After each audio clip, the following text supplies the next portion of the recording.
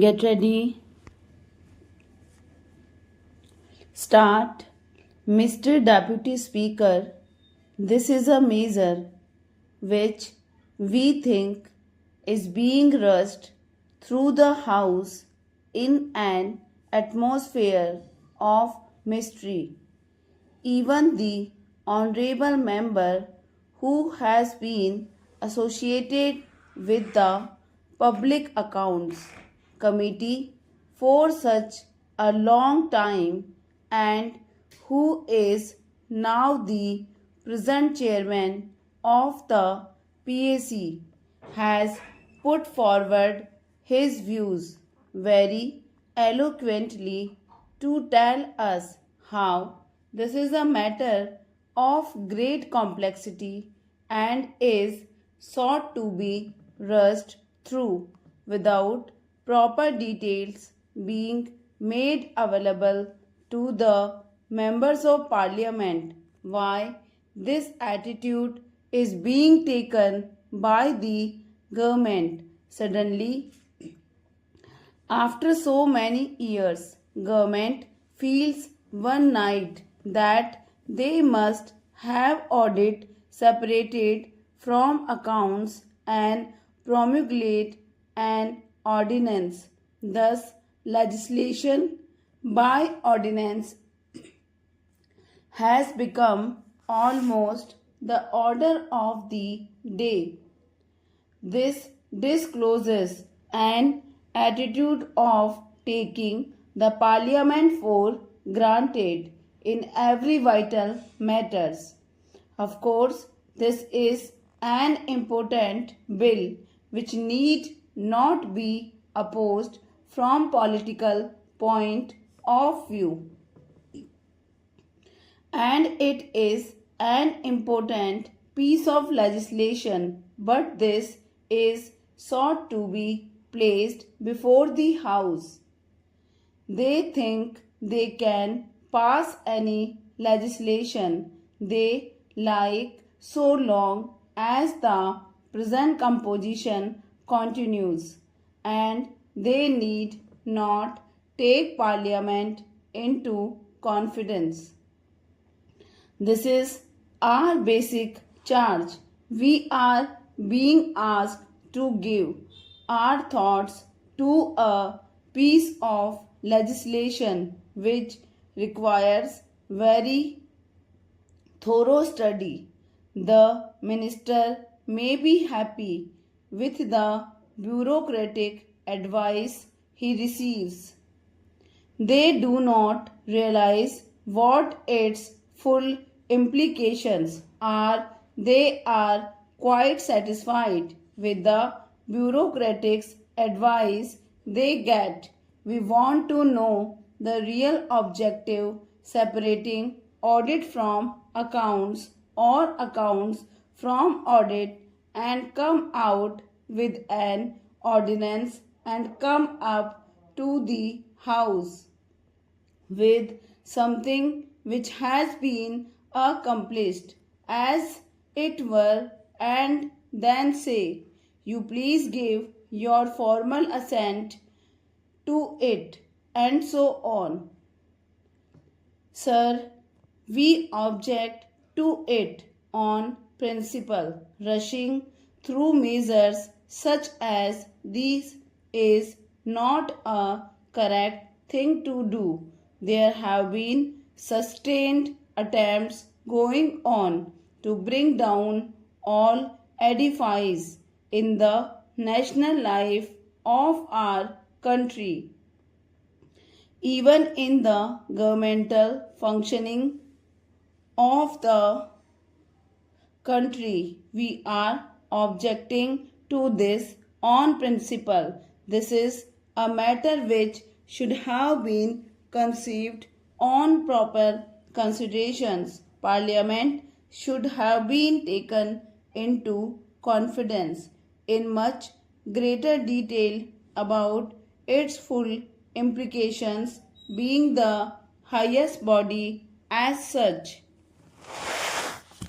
Of course, this is a technical matter and I do not feel much competent to speak on the implications of it or how it will ultimately affect us, because what we find is even much more competent people of the category of CAG, etc., have not been able to unanimous on this point. There have been so many views offered. There was reference made to the recommendations of the PAC. So many riders were there. The estimate committee had given certain recommendations. There are the recommendations of the ARC. The recommendations are subject to so many riders, so many conditions. All these things should have gone into in depth, and if they had not made up their minds so far, what suddenly happened just now? Why should they pass an ordinance on the 29th of February? Why cannot they wait for 7 days for the House to reassemble? They just come to this House with this attitude, which cannot be appreciated. In the statement of objects and reasons, they have stated the circumstances necessitating legislation by ordinance. It appears that they have made up their mind to do it with effect from 1st of April to complete the exercise before the date without taking the view of the legislature. The executive has come to a decision, and they have stated as it were implementing the decision. To start with, they want to do it in connection with 3 ministries. The present accounting system applicable to most ministries and departments is essentially external to financial management functions, where the payments are made by the treasuries and accounts are complied by the audit and accounts offices under the control of the comptroller and auditor general on the basis of initial and subsidiary accounts received by them from the treasuries. This system worked fairly well when governmental business was limited. With the increase in the volume and variety of governmental outlays, the system has proved inadequate to the administration's tax and separation of accounts from audit had to be thought of. There are doubts in our minds which have been very valid, if I may say so, expressed by my friend who has studied the matter in greater details. Therefore, we submit that this is not a matter which should be hurried through, as the Honorable Speaker on the other side said just now. We are still in the dark, and we are trying to make a study of the matter.